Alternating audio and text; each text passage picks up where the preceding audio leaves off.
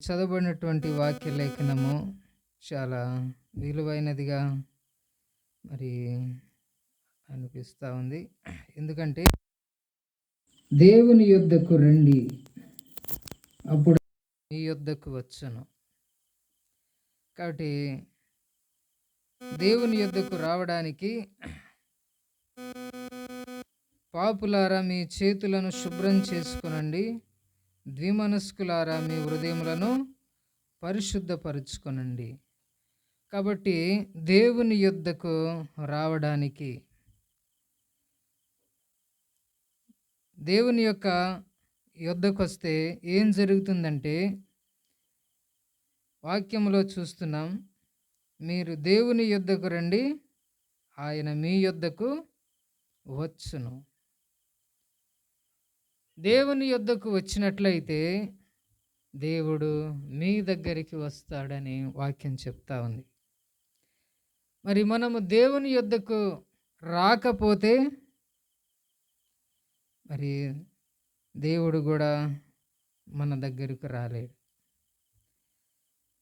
కాబట్టి మనము దేవుని యొద్దకు రావాలి. కాబట్టి దేవుని యొద్దకు రావాలంటే, దేవుని యొద్దకు రావడము అంటే మన మనుషుల యొక్క ఉద్దేశం బహుశా ఎక్కువ ఎలా ఉంటుందంటే, నేను దేవుని దగ్గరికి వెళ్ళాలి అనుకుంటే ఏం చేస్తారు? దేవుని దగ్గరికి వెళ్ళాలంటే బహుశా ఈ లోకంలో చాలామంది దేవుని దగ్గరికి వెళ్ళాలని వెళ్తూ ఉన్నారు, దేవుని దగ్గరికి. కాబట్టి దేవుని యొద్దకు వెళ్ళడం, దేవుని దగ్గరికి వెళ్ళడం అంటే ఒక గుడికి వెళ్ళడం, ఒక చర్చికి వెళ్ళడం అని అనుకుంటా ఉన్నారు. కాబట్టి ఒక చర్చికి వెళ్ళినంత మాత్రాన, ఒక గుడికి వెళ్ళినంత మాత్రాన ఆయన దేవుని యొద్దకు, దేవుని చెంతకు చేరలేడు. దేవుడు ఎలాంటి స్థలంలో ఉన్నాడు?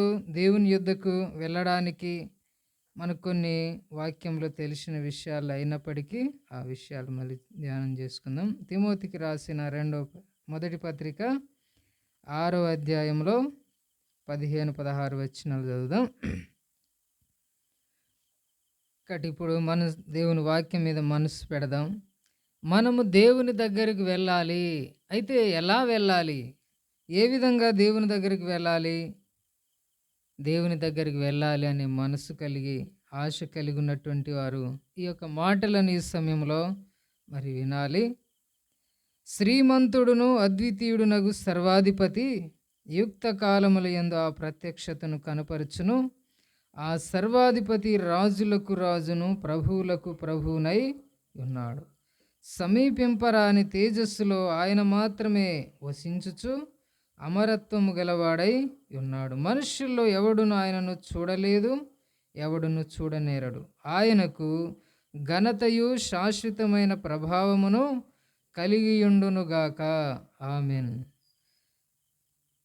కాబట్టి సమీపించరానటువంటి తేజస్సులో ఆయన మాత్రమే వసించుచు అమరత్వము గలవాడై ఉన్నాడు. ఎవరు సమీపించలేనటువంటి స్థలములో ఉన్నాడు, వెలుగులో, తేజస్సులో ఉన్నాడు. కాబట్టి మనుషుల్లో కూడా ఎవరు ఆయనను చూడలేదు, చూడనేరరు. ఆయనకు శాశ్వతమైనటువంటి ప్రభావము, ఘనత, శాశ్వతమైన ప్రభావము కలిగి ఉండును అని వాక్యంలో మనం చూస్తూ ఉన్నాం.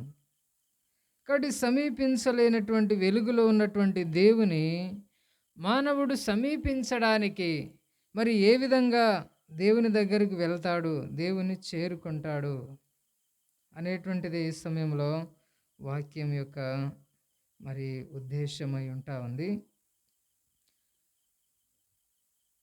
మనుషుల యొక్క ఉద్దేశం ఎలా ఉందంటే, దేవుని దగ్గరికి వెళ్ళడం అంటే మరి ఒక చర్చికి వెళ్ళి నేను దేవుడి దగ్గరికి వెళ్ళొచ్చాను అని అంతటితో సంతృప్తి చెందుతూ మరి అదే భావనతో ఎంతోమంది మరి మందిరానికి వెళ్తూ ఉంటారు. మరి బయటైతే మరి ఒక గుడికి వెళ్తూ ఉంటారు. కాబట్టి ఆ విధంగా వారు దేవుని దగ్గరకు మేము వెళ్తున్నాము, వెళ్ళినాము అని అనుకుంటా ఉంటారు. ఈ సృష్టినే కలుగజేసినటువంటి దేవుడు, ఎవరు సమీపించరానటువంటి వెలుగులో ఉన్నటువంటి దేవుడు, ఆయన ఈ లోకంలో ఉన్నటువంటి రాజులందరికీ రాజుగా ఉన్నాడు, ప్రభులందరికీ ప్రభుగా ఉన్నాడు. మనము కనీసం సాధారణమైనటువంటి మనుషులను ఒక మంత్రులను కలవడానికి మనకు కష్టమవుతుంది. ఒకరోజు ఒక మంత్రిని కలవడానికి వెళ్తే అది మా వల్లగాక వెనుదిరిగినాం. రాజులకు రాజును, ప్రభువులకు ప్రభువును, శ్రీమంతుడు, అద్వితీయుడు, సమీపించలేనటువంటి వెలుగులో, తేజస్సులో ఉన్నటువంటి దేవుడు మనిషిని పిలుస్తూ వచ్చినాడు. మనకు వాక్యం తెలుసు. మత్తయి సువార్త 11 అధ్యాయం 28వ వచనం చదవండి.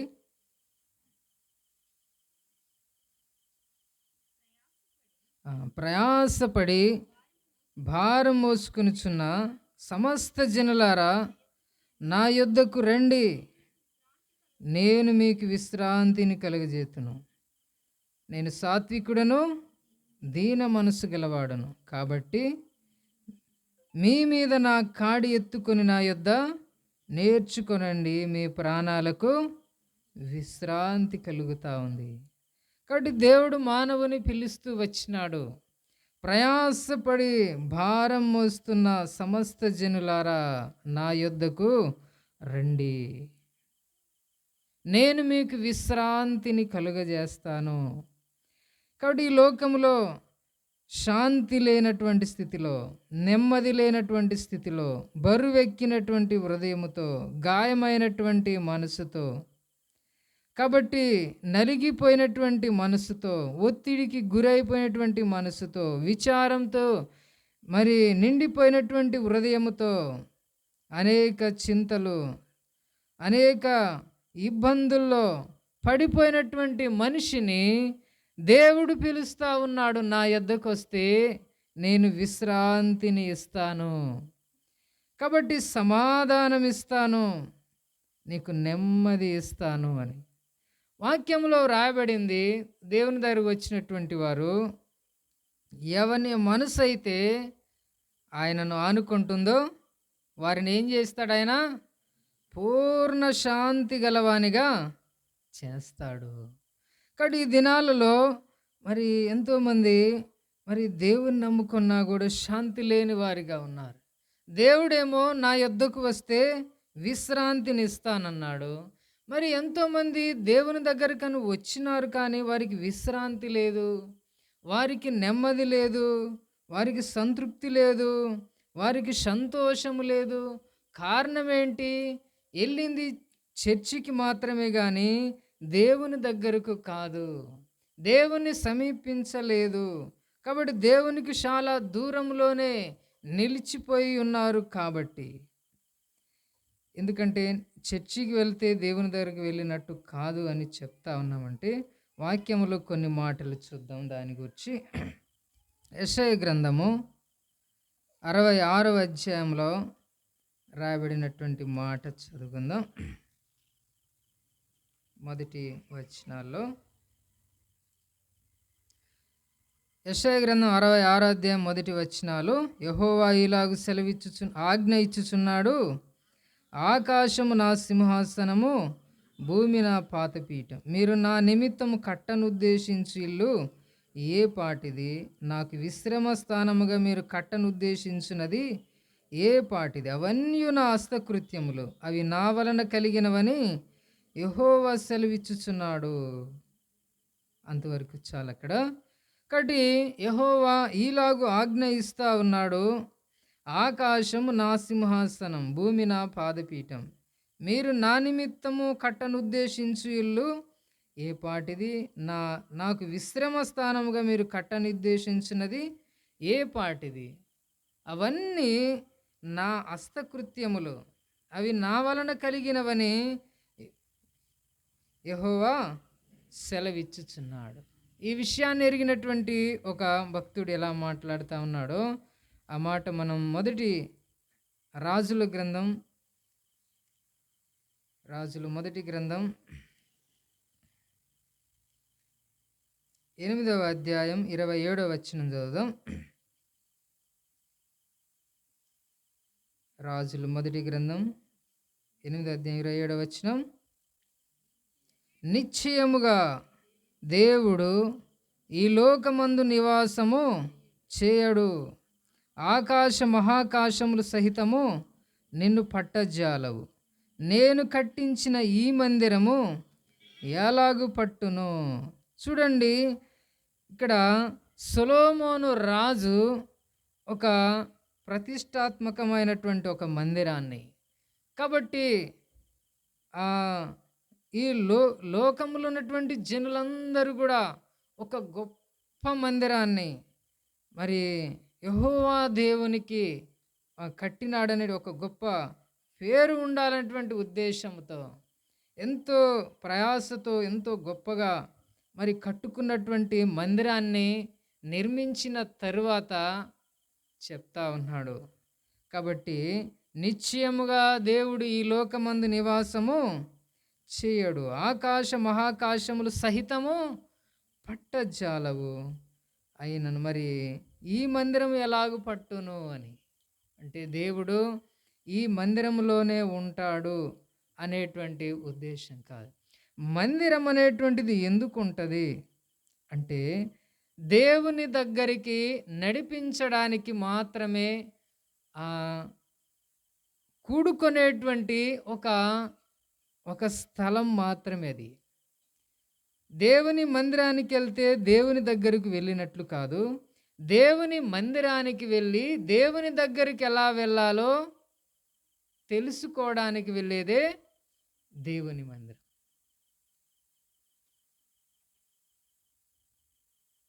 కాబట్టి అది దేవుని దగ్గరికి వెళ్ళినట్లుగా కాదు, దేవుని తెలుసుకోవడానికి మాత్రమే అది ఉంది.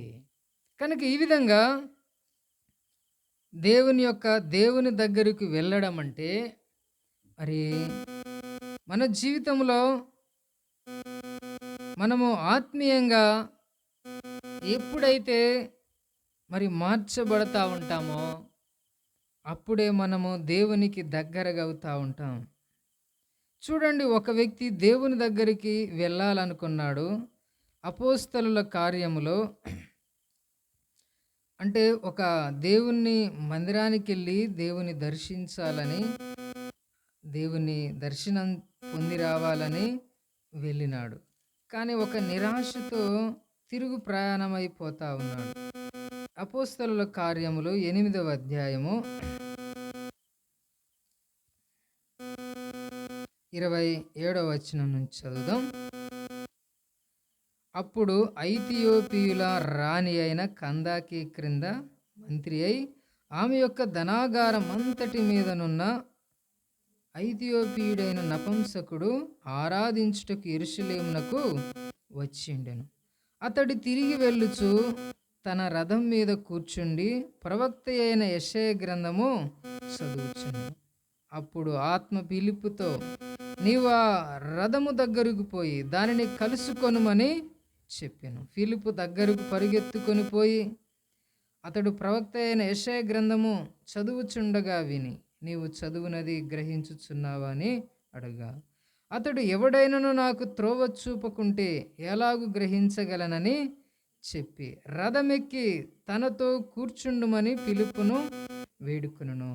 అతడు లేఖనమందు చదువుచున్న భాగమేదనగా ఆయన గొర్రెవలే వధకు తేబడిను. బొచ్చు కత్తిరించు అనేదుట గొర్రెపిల్ల ఎలాగు మౌనంగా ఉండెనో అలాగే ఆయన నోరు తెరవలేదు. ఆయన దీనత్వమును బట్టి ఆయనకు న్యాయ విమర్శ దొరకకపోయేను. ఆయన సంతానమును ఎవరు వివరింతురు? ఆయన జీవము భూమి మీద నుండి తీసివేయబడిన. అప్పుడు నపుంసకుడు ప్రవక్త ఎవరిని గూర్చి ఇలాగూ చెప్పుచున్నాడు? తన్ను గూర్చియా వేరొకని గూర్చియా? దయచేసి నాకు తెలుపుమని ఫిలిప్పును అడిగాను. అప్పుడు ఫిలిప్పు నోరు తెరిచి ఆ లేఖనమును అనుసరించి అతనికి యేసును గూర్చిన సువార్త ప్రకటించెను. చాలు. చూడండి, ఒక మంత్రి, ఒక రాణి దగ్గర ఉన్నటువంటి ఒక మంత్రి యెరూషలేముకు వెళ్ళినాడు. యెరూషలేములో ఒక గొప్ప దేవుని యొక్క ఆలయం ఉంది. కాబట్టి ఆ దేవుని దగ్గరికి వెళ్దామని వెళ్ళినాడు. కాబట్టి యెరూషలేముకు వెళ్ళినాడు. అక్కడ అంతా చూసినాడు. దేవుని తలుచుకున్నాడు. తిరిగి ప్రయాణమై వెళ్ళిపోతా ఉన్నాడు. కాబట్టి ఇప్పుడు దేవుని దగ్గరకు వచ్చిపోతున్నాడా? ఎక్కడికి వచ్చిపోతున్నాడా? ఏం దొరికింది? ఏమి ఆయనకొచ్చింది? ఏమీ తెలియని స్థితిలోనే వెళ్తా ఉన్నాడు. ఈ మాట చెప్తుంటే నాకు ఒకటి గుర్తొస్తా ఉంది. మా దగ్గర అంటే ఒక లాంచ్‌లో ఒక సహోదరుడు లాంచ్ నడిపిస్తా ఉండేది జీడిగుప్పలో. ఆయన కొంతమంది లాంచ్ ఎక్కినారు. ఒకాయన ఆయనతో గొడవ పెట్టుకున్నాడు. ఏమని గొడవ పెట్టుకున్నాడు అంటే, "ఏమయ్యా, మమ్మల్ని దేవుడి దగ్గరికి చూపిస్తామని తీసుకొచ్చి మాకు దేవుని చూపించలేదు. ఇంత టికెట్ తీసుకున్నావు. ఏం చూపించావు మాకని" గొడవ పెట్టుకున్నాడు. అన్నా నేను మరి ఏం చెప్పాలి ఆయనకి? అసలు నువ్వేం చూద్దామని వచ్చినావని నేను గొడవ పెట్టుకున్నాను ఆయనతో. నా మనసులో అంతా అదే తిరుగుతా ఉంది. అది బయటికి ఎట్లా పోతదని అంటా ఉన్నాడు. ఎంతోమంది దేవుణ్ణి దర్శించాలని ఎన్నో చోట్లకు తిరుగుతా ఉన్నారు. కాబట్టి మానవుడు దేవుని దగ్గరికి వెళ్ళాలి అంటే మనం వాక్యంలో చదువుకున్నాము. ఆయన యొక్క పాపం నుంచి ఆయనకు పరిహారం ముందు కలగాలి. ఆయన హృదయాన్ని శుద్ధి చేసుకున్న తర్వాత దేవుని దర్శనం ఆయనకు దొరుకుతుంది. కాబట్టి పాపులారా, మీరేం చేయాలని వాక్యంలో ఉంది? వాటి నుంచి ముందు విడుదల పొందాలా? మీ హృదయాలను శుద్ధిపరుచుకోవాలా? ఆ తరువాతే దేవుని దర్శనం. హృదయం మారకుండా, మనసు మారకుండా, పాపముల నుంచి నీకు పరిశుద్ధత రాకుండా ఎంత దూరం వెళ్ళినా దేవుని దగ్గరికని దేవుడు నిన్ను కలుసుకోలేడు. దేవుడు నిన్ను ఆదరించలేడు. దేవుడు నిన్ను ధైర్యపరచలేడు. దేవుడు నిన్ను తృప్తి పరచడు. మానవునికి దేవునికి మధ్య ఏమొస్తూ ఉంటుంది? అడ్డు. పాపం అనేటువంటిది అడ్డు వస్తూ ఉంటుంది. ఆ అడ్డు తొలగిన రోజే దేవుని దగ్గరకు మానవుడు దగ్గరికి వెళ్ళడానికి ఆస్కారం ఉంటా ఉంది. కాబట్టి అక్కడ మనిషి అట్లా అన్నప్పుడు, నేను అలా గొడవ పెట్టుకున్నాను అని చెప్తూ వచ్చినాడు. కాబట్టి ఇలాగూ మనుషులు వెళ్తూ ఉంటారు. ఈనాడు కూడా ఎంతోమంది దేవుని దగ్గరికని వచ్చి దేవుణ్ణి మరి దేవుడు నాకు దొరకలేదే అని వెళ్ళిపోతూ ఉంటారు. దేవుడు నాకేం మేలు చేయలేదే అని వెళ్ళిపోతూ ఉంటారు. నేను మందిరంలో ఉన్న రోజులో ఒక వ్యక్తి దేవుడి దగ్గరికని వచ్చినాడు. వాళ్ళ ఆశ ఎలా ఉంటుందంటే, దేవుడు ఏమైనా అక్కడ ఉంటాడేమో అని వస్తారు మందిరానికి వచ్చేటువంటి వాళ్ళు. ఒక వ్యక్తి వచ్చినాడు. ఆయన చర్చిలోనికి వచ్చినాడు. వాక్యాలు రాసి ఉన్నాయి. మొత్తం ఇటు అటు ఇటు అటు తిరిగి చూస్తూ ఉన్నాడు. నేను ఆయనను గమనిస్తూ ఉన్నాను. మొత్తం తిరిగినాడు. అక్కడ సేవకుని ఇల్లు ఉంటే అక్కడ కిటికీలో తొంగి చూసినాడు. అక్కడ తొంగి చూసినాడు. నేను పైకి వెళ్తే పైకి వచ్చినాడు. ఏం వెతుకుతా ఉన్నావన్నా అంటే, ఇంతటికి దేవుడు ఎక్కడున్నాడు అన్నాడు, అడుగుతున్నాడు. కింద లేడు, పైన లేడు, రూమ్లో లేడు, ఏడున్నాడు ఇంతటికి దేవుడు అని. చూడండి, మనుషులు ఈ హస్తకృత్య ఆలయాల్లో ఇక్కడ ఉన్నాడేమో అనుకుంటారు. కాబట్టి ఎక్కడికో వెళ్ళి దర్శనం చేసుకుని దేవుని దర్శనం చేసుకున్నాను, దేవుణ్ణి చూశాను అని అనుకుంటా ఉన్నారు. కాదు. కాబట్టి దేవుని యొద్దకు రండి అంటే మనం కొన్ని మాటలు మామూలుగా మాట్లాడుతూ నువ్వు అలా దారికి రా అంటారు. అంటే ఇప్పుడు ఏమైనాడని ఒక మనిషి తన కఠినమైనటువంటి మనస్సు నుంచి, లేకపోతే ఒక చెడ్డ లక్షణాల నుంచి, ఒక చెడ్డ నడవడి నుంచి, ఒక చెడు జీవితం నుంచి, ఒక చెడును విడిచిపెట్టి మనసు మార్చుకొని, కాబట్టి ఆయన మారినటువంటి జీవితంలోనికి రావడమే ఇప్పుడు మంచి దారికి వచ్చినాడు అని అంటారు. కాబట్టి దేవుని దగ్గరికి రావడం అనేటువంటిది కూడా ఆ విధంగానే ఉంది. చూడండి, ఆ రీతిగా ఈ యొక్క ఇక్కడ వచ్చినటువంటి మంత్రి ఒక అసంతృప్తితో తిరిగి వెళ్తా యెషయా గ్రంథం చదువుతా ఉన్నాడు.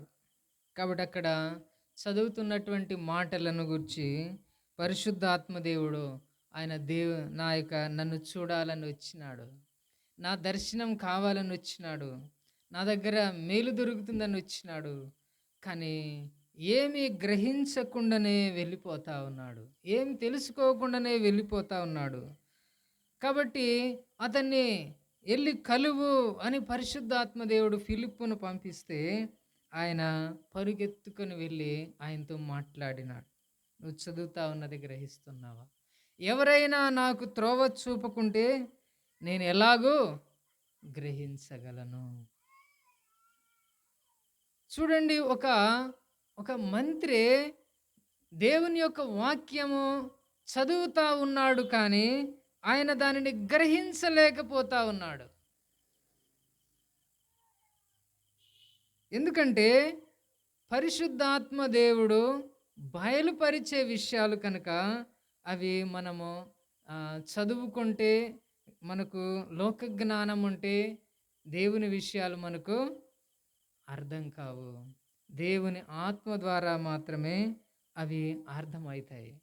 కనుక ఫిలిప్పు ఆయనకు చెప్పినాడు. కాబట్టి లేఖనాన్ని తీసి చదివిన తరువాత అది ఎవరిని గూర్చి, ఆ ప్రవక్త తనను గూర్చా ఇంకెవరిని గూర్చా మరి చెప్తూ వచ్చినాడంటే, అప్పుడు నోరు తెరిచి అది ఎవరిని గూర్చిన లేఖనము? యేసుక్రీస్తు ప్రభువారిని గూర్చినటువంటి లేఖనం. కాబట్టి ఈ విషయం అంతా చెప్పినాడనమాట. దేవుడే మానవుడుగా ఈ లోకానికి వచ్చినాడు, యేసుక్రీస్తు ప్రభువుగా. కాబట్టి లోకంలో ఉన్నటువంటి సర్వ మానవాళి పాపముల కొరకై కలువరి శిలువలో తన రక్తం కార్చినాడు, తన ప్రాణమును అర్పించినాడు, సమాధి చేయబడి 3వ దినాన సజీవుడిగా తిరిగి లేచినాడు. కాబట్టి ఈనాటికి ఆయన సజీవుడుగా ఉన్నాడు. ఆయన రక్తం ఎలాంటి పాపినైనా కడిగి పవిత్రపరుస్తూ ఉంది. కనుక నువ్వు విశ్వసించినట్లయితే నీ పాపాలకు పరిహారం కలుగుతుంది. కాబట్టి నువ్వు దేవునితో నీకు సహవాసం ఏర్పడతా ఉంది. ప్రభు ఇచ్చే సమాధానం నీ హృదయంలోనికి వస్తుంది, ఆదరణ నీకు వస్తూ ఉంది, సంతోషం నీకు వస్తూ ఉంది. ఈ లోకంలో నువ్వు ఎంతో నిబ్బరంగా ధైర్యంగా జీవించగలుగుతావు. ఇట్టి విషయాలన్నీ యేసు ప్రభు వారి ఆ శిలువ మరణం ద్వారా కలిగే మేలులన్నిటిని గురించి ఆయనకి చెప్పిన తర్వాత ఇప్పుడు ఏం చేయాలా? కాబట్టి నువ్వు బాప్తీసం తీసుకో, మారు మనసు పొంది బాప్తీసం తీసుకొని నీ జీవితాన్ని ప్రభుకు అంకితం చేసుకో. ఇంకా నేను ఖచ్చితంగా ఇలాగుంటాను, నేను ఆ జీవితం ఇలా నడుచుకుంటాను అని ఆయనకి దారికి వచ్చేసినాడు. కాబట్టి అతనికి బాప్తీసం ఇచ్చి అతన్ని సాగనంపినాడు ఫిలిప్పు.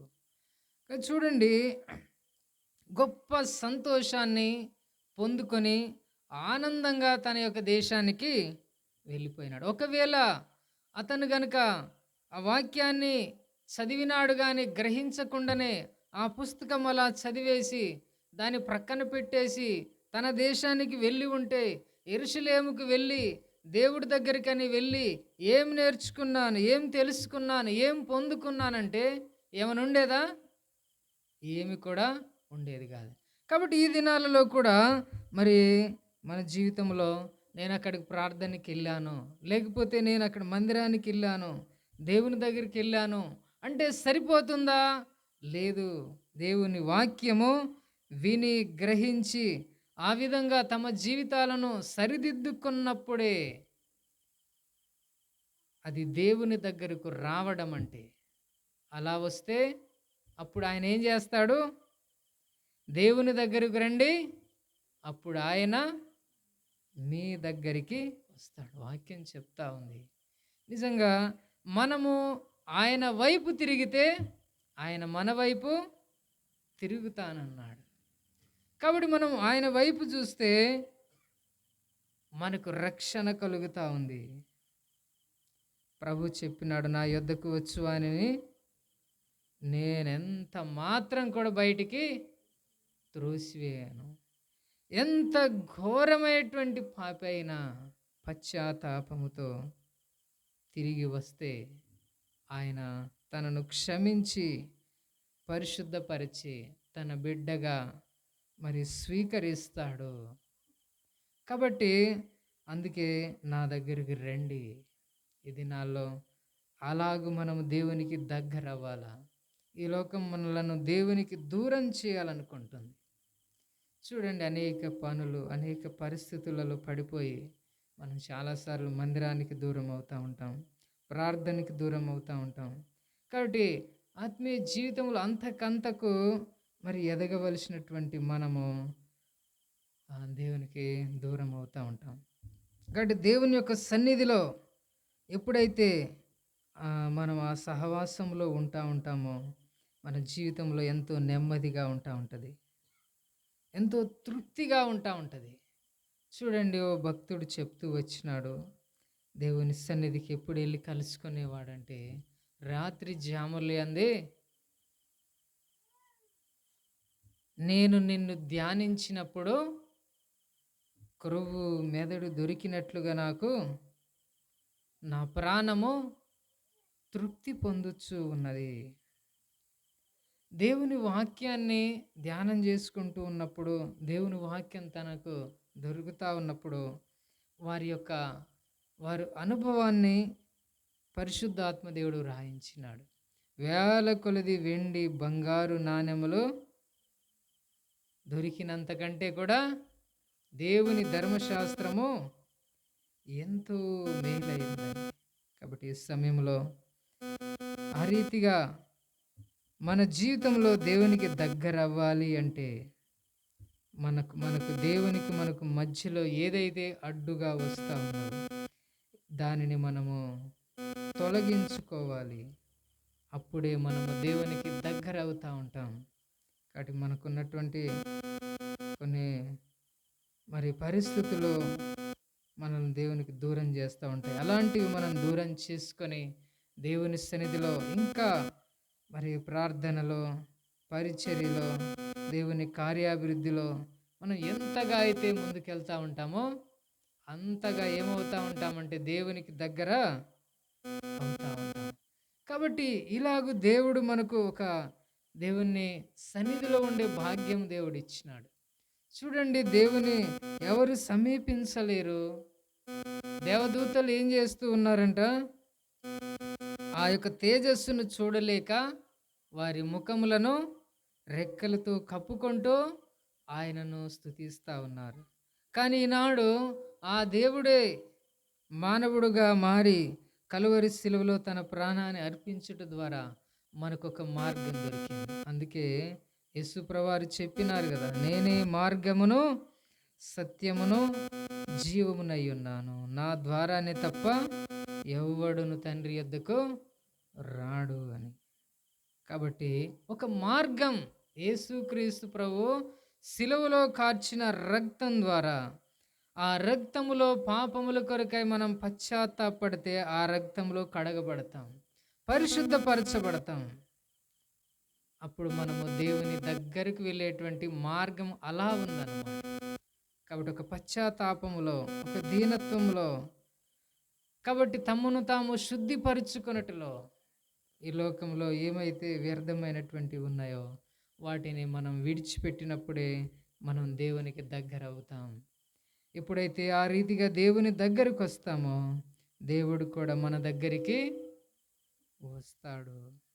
కాబట్టి ప్రభు అందుకే పిలుస్తూ వచ్చినాడు, ప్రయాసపడి భారం మోస్తున్న సమస్త జనులారా నా యొద్దకు రండి అని. కాబట్టి నేను నా హృదయంలో అనిపిస్తూ ఉంటుంది, ఈ లోకంలో ఆదివారం వస్తే చర్చికి వెళ్ళే వాళ్ళను చూస్తూ ఉంటాం. అంత మాత్రమే కాదు, ఇంకా హిందూ టెంపుల్స్కి వెళ్ళే వాళ్ళని చూస్తూ ఉంటాం. ఆదివార దినాన్ని ఎక్కడన్నా వేరే బ్రాంచ్‌కి పరిచర్యకి గనక వెళ్తా ఉంటే, ఆదివార దినాన దేవుడి దగ్గరికెళ్ళేవారు ఎక్కువ కనబడతారనమాట. ఎందుకంటే, ఎక్కడ ఒక గుడి, ఒక టెంపుల్ ఉంటే, అక్కడ ఎంతోమంది గుంపులు గుంపులుగా కనబడతా ఉంటారు. కాబట్టి ఎక్కడ చర్చిలకి వెళ్ళేటువంటి వారు గూడా అదే రీతిగా కనబడతా ఉంటారు. నేను కోనవారం నుంచి వస్తా ఉంటే, కాబట్టి చర్చికి వెళ్ళేటువంటి ఆహ్, దేవుని ఈ యొక్క బిడ్డలు కూడా ఎంతోమంది దారి పొడుగున కనబడతానే ఉంటారు. వారినందరిని చూస్తా ఉంటే చాలా సంతోషం అనిపిస్తా ఉంటది. కాబట్టి దేవుని దగ్గరికి వెళ్ళాలని మరి వెళ్తున్నటువంటి ఏ వ్యక్తి అయినా, ఆయన ఒకవేళ ఒక టెంపుల్‌కెళ్ళేటువంటి వ్యక్తి అయినా, నా మనసులో ఏముంటదంటే, అక్కడికి వెళ్ళినా గాని ఆయన దేవుణ్ణి దర్శనం జేసుకోవాలంటే ఆయనకు ముందు అక్కడ ఏం జెప్పాలా? ముందు నీ జీవితం మారిందా? ప నీ పాపాలకు పరిహారం కలిగిందా? నీ యొక్క అబద్ధాలు పోయినాయా? నీ వ్యభిచారపు జీవితం పోయిందా? నీ త్రాగుడు పోయిందా? నీ వ్యసనాలు పోయినాయా? నీ చెడ్డ అలవాట్లు పోయినాయా? అవన్నీ పోతేనే ఇక్కడ దేవుని నుంచి నీకు ఆదరణ దొరుకుతుంది. లేకపోతే అవి విడిచిపెట్టకుండా నువ్వు దేవుని తలుచుకుంటే నీకేం గూడా దొరకదని చెప్తే ఎంత బాగుంటదో అని అనిపిస్తదనమాట. కానీ చాలామంది ఒక కొబ్బరికాయతో సరిపెట్టుకుంటారు. లేకపోతే ఇంకేదో ఒకటి చేసి దేవున్ని నేను సంతోషపెట్టాననుకుంటారు. కానీ సృష్టికర్త అయినటువంటి దేవుడు, పరిశుద్ధుడైనటువంటి దేవుడు, మహోన్నతమైనటువంటి స్థలంలో ఉన్నటువంటి దేవుడు ఒక పాపముతో, కాబట్టి ఒక రక్తపు చేతులతో, ఒక మరి అపరాధముతో ఆయన దగ్గరికి వస్తే ఆయన దగ్గరికి రాడు. చర్చికి వెళ్ళేటువంటి వారికి, మందిరానికి వెళ్ళేటువంటి వారికి అక్కడికెళ్తే ఏం జెప్తారు? అక్కడికెళ్తే హెచ్చరిక ఉంటది. అక్కడికెళ్తే వారిని గద్దించే వాళ్ళుంటారు. నేడు కనబడుతున్నటువంటి లోకము అది నిన్ను మోసం జేసేటువంటిది. కాబట్టి దాని నుంచి నువ్వు బయటికి రావాలి. దాన్ని విడిచిపెట్టాలి. దాని మీద మనసుందా? దాని మీద ఆశ ఉందా? దాని వైపు పరుగెడుతున్నావా? ఆ తరువాత నువ్వు భయంకరమైనటువంటి దుఃఖాన్ని, వేదనను పొందాల్సి వస్తా ఉంటది. కాబట్టి ఇప్పుడే దానిని విడిచిపెట్టు. నిన్ను ప్రేమిస్తున్నటువంటి దేవుడు నిన్ను పిలుస్తా ఉన్నాడు అని చెప్పడం జరుగుతుంది. అలాగే బయట ఎక్కడైనా కూడా ఒక దేవుని దర్శనం అనేటువంటి ఆలోచనతో, అది ఏ గుడి అయినా పర్లేదు, అక్కడికి వెళ్ళేటువంటి వారికి వారు దేవుణ్ణి తెలుసుకోవడానికి ఏం చెప్పాల్సి ఉంటదంటే, ముందు పాపముల నుంచి బయటపడమని. నువ్వు ఒక లంచగొండిగా ఉన్నావా? నీకు దేవుని దర్శనము లేదు అని అక్కడ రాసి ఉండాల. ఒక అక్రమమైనటువంటి దారిలో మరి సంపాదిస్తున్నావా? దేవుని దర్శనం నీకు లేదు అని అక్కడ బోర్డు పెట్టి ఉంచాల. వరుసగా రాసి పెట్టి ఉంచాల. ఎందుకంటే ఆయన ఉత్తిగనే వెళ్ళి ఉత్తిగనే ఒక సంబరపడి, సంతోషపడి వస్తా ఉన్నాడు గానీ, ఆయన దేవుని దర్శనాన్నయితే పొందుకోలేనటువంటి వ్యక్తిగా, దేవుని చేరుకోలేనటువంటి వ్యక్తిగా, ఒక భ్రమతో బ్రతుకుతున్నటువంటి వ్యక్తిగా మాత్రమే జీవిస్తా ఉన్నాడు. కానీ ఈ సమయంలో ఈ మైక్ ద్వారా కూడా తెలియపరిచేది ఏంటంటే, దేవుడు నీ గొర్రెనో నీ మేకనో ఆ రక్తాన్ని చిందిస్తే అంతటితో సంబరపడతాడు అనుకోవద్దు. నీ పాపముల నుంచి నువ్వు ముందు పరిహారించబడాల, పరిహారం పొందాలా, పశ్చాత్తాపం పొందాలా. నాకిక ఈ యొక్క చెడ్డ జీవితం వద్దు, చెడ్డ ఆలోచనలు వద్దు, ఈ యొక్క వ్యర్థమైనటువంటి వాటిని నేను విడిచిపెట్టాలా, త్రాగుడు వద్దు అని ఎప్పుడైతే మార్చబడతావో అప్పుడే నీకు ప్రయోజనం ఉంటుంది దేవుని దగ్గరకంటూ నువ్వు వెళ్తే. కానీ వాటి నుంచి నిన్ను ఎవరు మార్చగలరు? కొంతమందిని విమర్శించినట్లు అనిపిస్తదేమో. ఒక అన్న పాట పాడుతా ఉన్నాడు, నువ్వు గుండు జేయించుకున్నావు కానీ గుణం మారిందా అని. ఒకన్న చెప్తా అన్నాడు. దేవుని దగ్గరికెళ్ళి ఏమిచ్చినావంటే, ఆయన జుట్టు ఇచ్చానన్నాడు. జుట్టు కాదు దేవునికి కావాల్సింది నీ హృదయం. ఆయన కొద్దిగా కఠినంగా మాట్లాడి, నీసు జుట్టు ఎవరికి కావాలయ్యా? మనుషులే విసిరి కొడతాడు. దేవుడు కావాలన్నాడా? తీసుకెళ్ళి ఇచ్చొచ్చినావన్నాడు. చూడండి, మనిషికి మనిషి యొక్క హృదయం మరి ఎప్పుడైతే మారి పశ్చాత్తాపంతో, పరిశుద్ధతతో ఆయన వైపు తిరగడం అనేటువంటిది ఆయన జీవితంలో జరుగుతూ ఉంటుందో, అప్పుడు దేవుడు ఆయన దగ్గరికి రావడం మొదలు పెడతాడు. ఆయనతో ఉండడానికి ఇష్టపడతాడు. ఆయనను నడిపించడానికి ఇష్టపడతాడు. కాబట్టి ఆయనను ఆదరించడానికి ఇష్టపడతాడు. ఆయనను ధైర్యపరచడానికి ఇష్టపడతాడు. ఆయనకు స్నేహితుడుగా ఆయనతో ఉండి ఆయనతో పాటు నడుస్తూ ఉంటాడు. కాబట్టి ఈ విధంగా దేవుడు మానవుని పిలుస్తూ ఉన్నాడు. దేవుని యొద్దకు రండి, అప్పుడు ఆయన మీ యొద్దకు వస్తాడు అని.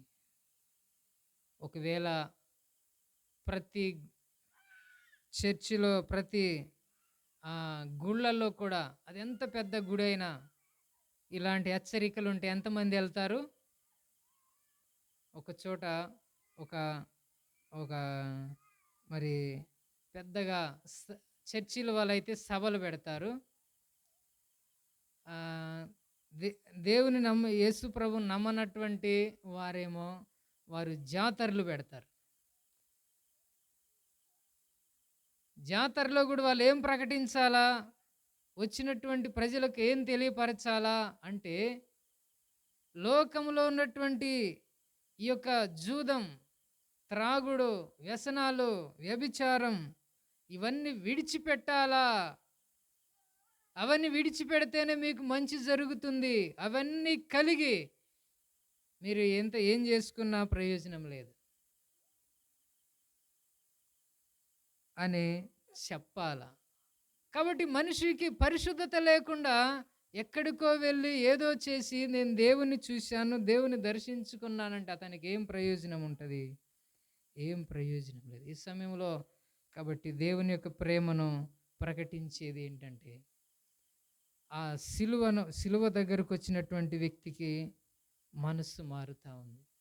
కాబట్టి ఒక చిన్న విషయం చెప్పి ముగిస్తాను.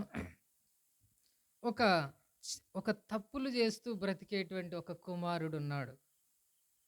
తండ్రి ఎంత చెప్పినా కూడా తండ్రి మాట అంటే లెక్క చేయకుండా ఇష్టానుసారంగా బయట త్రాగేవారితో, అక్రమదారులతో, వ్యభిచారులతో స్నేహం చేస్తూ ఇష్టానుసారంగా బ్రతుకుతా ఉన్నాడు.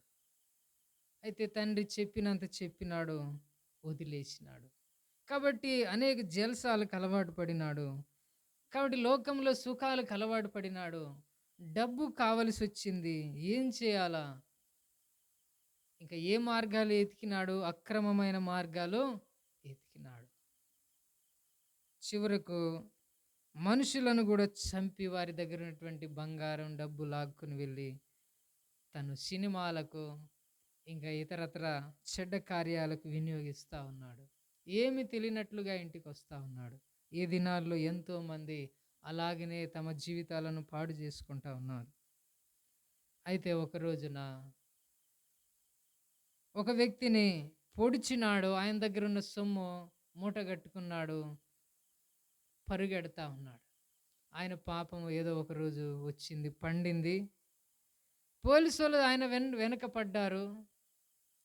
అతను ఎంతకాలం నుంచి మరి ఎవరు ఈ విధంగా మనుషులను చంపుతా ఉన్నాడని దృష్టి పెట్టినారు తెలియదు. ఒకరోజు నిజంగా దొరికినాడు.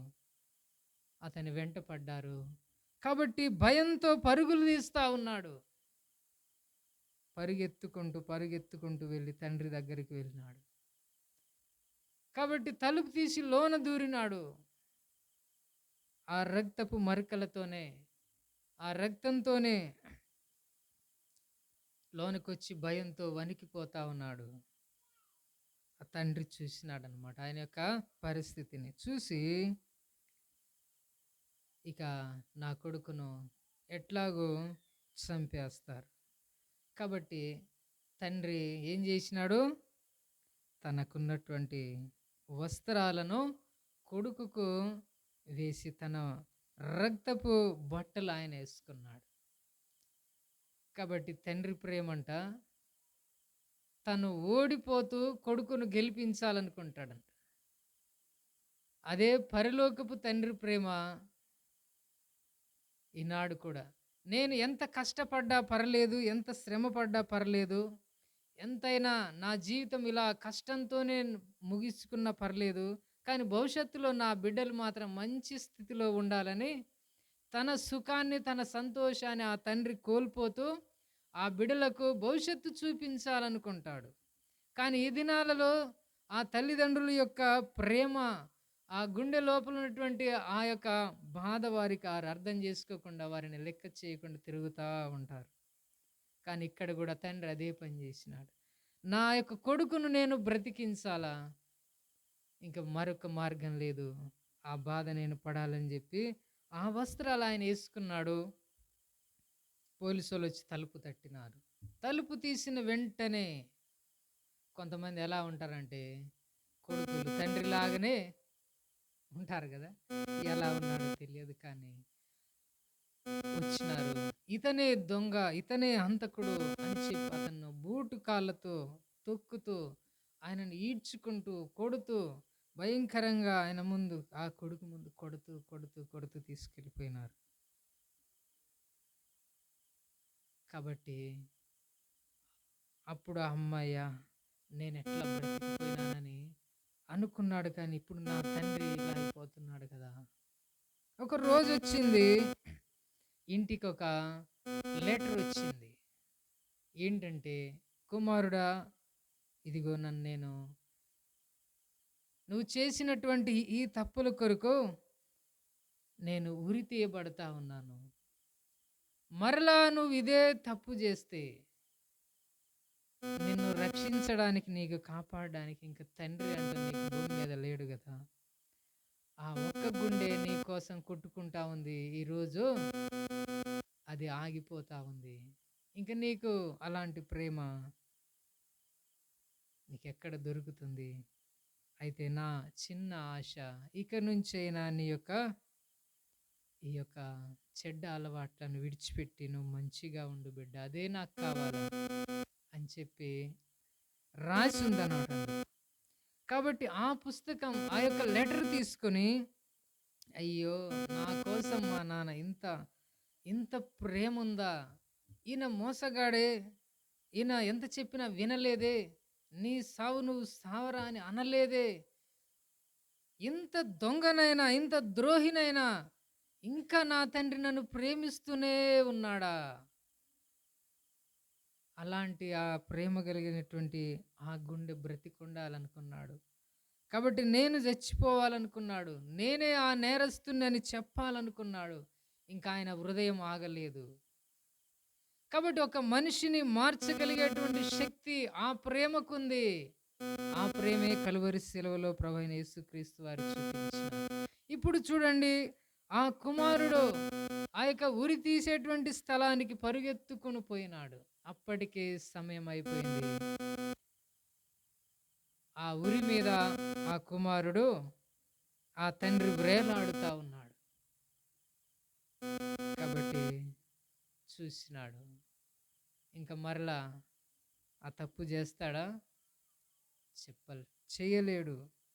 కాబట్టి ఇంకా అలాంటి తప్పిదములోనికి ఇంక నేను వెళ్ళననుకున్నాడు.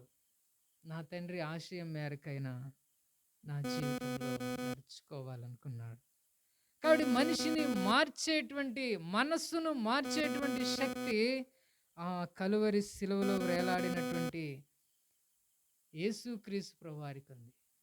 కాబట్టి మన జీవితంలో ఆ శిలువ దగ్గరకు రావాలి. కాబట్టి దేవుని ప్రేమ అలా మానవుని పిలుస్తూ ఉంది.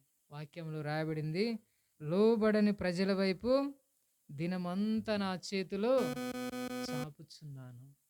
కాబట్టి నువ్వు ఒకవేళ నాకెందుకు యేసుప్రభు అనుకుంటూ ఇంకా ఇష్టానుసారంగా ఏదైనా త్రాగుతా, తింటా, తిరుగుతా, ఎట్లయినా బ్రతుకుతా, ఈ బ్రతుకుని ఎట్లయినా కొనసాగిస్తా అని అనుకుంటూ ఉంటే,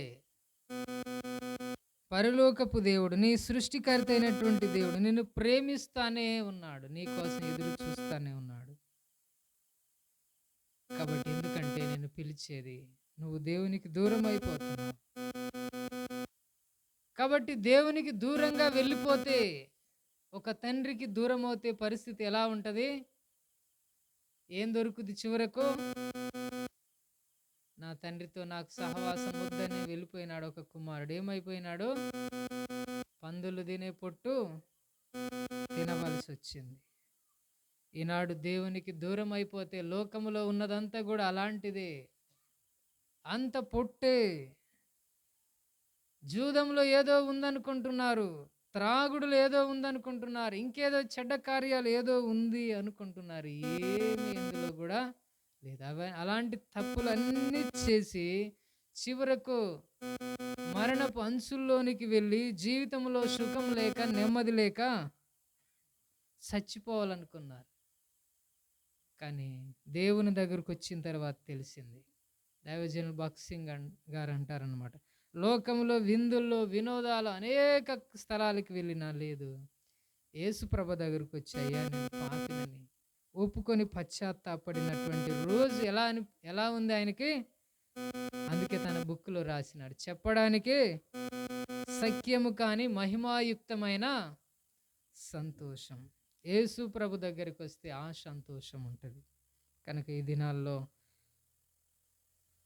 ఎక్కడికి వెళ్తున్నటువంటి వారైనా పశ్చాత్తాపపడి మారు మనసు పొంది దేవుని బిడ్డలుగా మార్చబడితే సంతోషం. అలాగే ఈ సమయంలో మందిరానికి వెళ్ళేటువంటి వారైనా, చర్చికి వెళ్ళి దేవుడి దగ్గరికి వెళ్ళాను అనుకోకుండా దేవుని వాక్యం విని గ్రహించి ఆ యొక్క కందాకే క్రింద ఉన్నటువంటి ఒక మంత్రిలాగా తమ జీవితాన్ని మార్చుకుంటే సంతోషంతో తిరిగి వెళ్తారు. వాక్యం ఉట్టిగా చెప్పలేదు. యేసుప్రవారు వట్టి మాట కాదు, ప్రయాసపడి భారం మోస్తున్న సమస్త జనులారా నా యొద్దకు రండి, నేను మీకు విశ్రాంతిని కలుగజేస్తాను. ఈ సమయంలో మన హృదయంలో విశ్రాంతి ఉందా? ఎన్ని హృదయాలు బరువెక్కి ఉన్నాయి, ఎన్ని హృదయాలు గాయపరచబడి ఉన్నాయి, నొచ్చుకుంటానే ఉన్నాయి, కృంగిపోతానే ఉన్నాయి. మరి యేసుప్రభు దగ్గరికి వచ్చామా? వస్తే ఏం జరుగుతుందని యేసుప్రభు అన్నారు? విశ్రాంతి దొరుకుతుంది. కాబట్టి నా మనసు కూడా అంటా ఉంటుంది, ఒకవేళ దేవునికి అయిష్టమైన వీటినైతే మనము ఇష్టపడతా ఉంటామో అదే నా బ్రతుకు.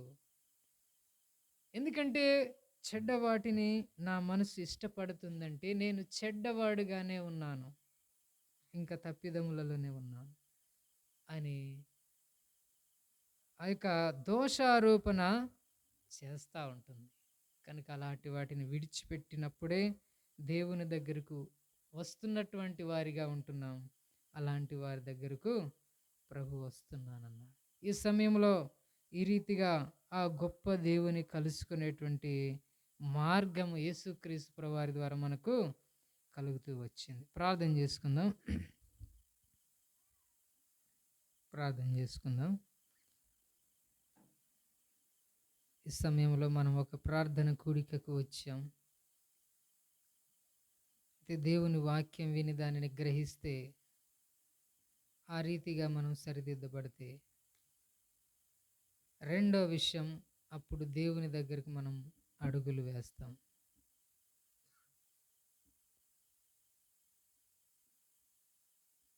ఎవరి జీవితం అయితే చెడును విడిచిపెట్టి యేసు ప్రభు రక్తంలో కడుగుబడి సరిచేయబడి నడుచుకోవాలని తీర్మానంలోనికి వెళ్తా ఉన్నారు, వారు ప్రభు వైపు అడుగులు వేస్తూ ఉన్నారు.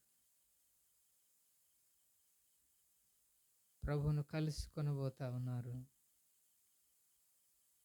ప్రభుతో నడవబోతా ఉన్నారు.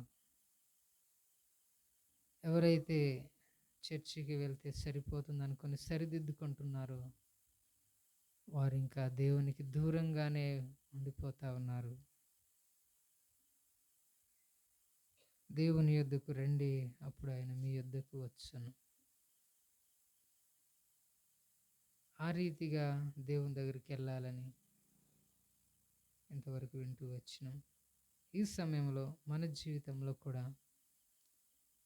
ఏదైతే ఇంకా దేవునిలో పరిపూర్ణంగా నడవకుండా అడ్డుగా ఉంటుందో దాన్ని తొలగించుకుంటే ఆయన దగ్గరికి చేరగలుగుతాం.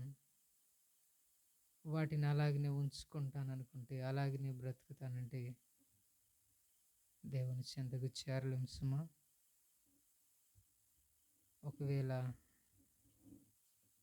నేను అద్భుతాలు చేశాను, దయ్యాలను వెళ్ళగొట్టాను, చర్చిలోనే ఉండేవాడిని, ఎక్కడ ప్రార్థనన్నా కూడా వెళ్ళేవాడిని అనుకుంటే దేవుడు అంటాడు, నువ్వెవడో నాకు తెలియదు, నువ్వు నా దగ్గరికి ఎప్పుడు వచ్చినావు, నువ్వు చర్చికి వచ్చి ఉంటావేమో, ఒక గుడికి వెళ్ళి ఉంటావేమో, ఎన్నోసార్లు నేను పిలిచాను కదా, నువ్వు రాలేదే.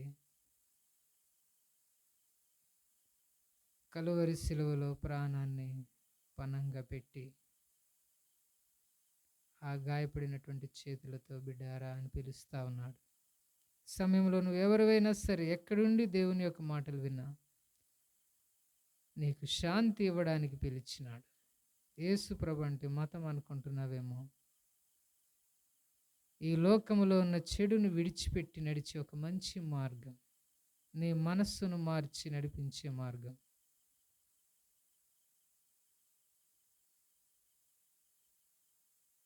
నిన్ను పెంచి పోషించినటువంటి తండ్రి ప్రేమ చూసావేమో.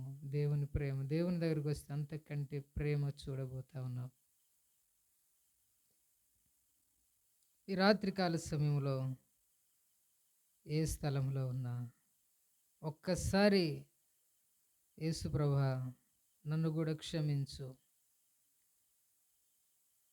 నా కొరకు నువ్వు ప్రాణం ఇచ్చినావని నమ్ముతున్నానని ఒప్పుకుంటే నీ హృదయంలో ఉన్న భారం తొలగిపోతుంది.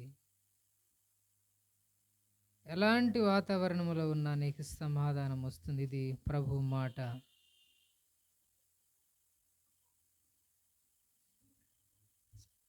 మోషే బ్రదర్ వచ్చి ప్రార్థన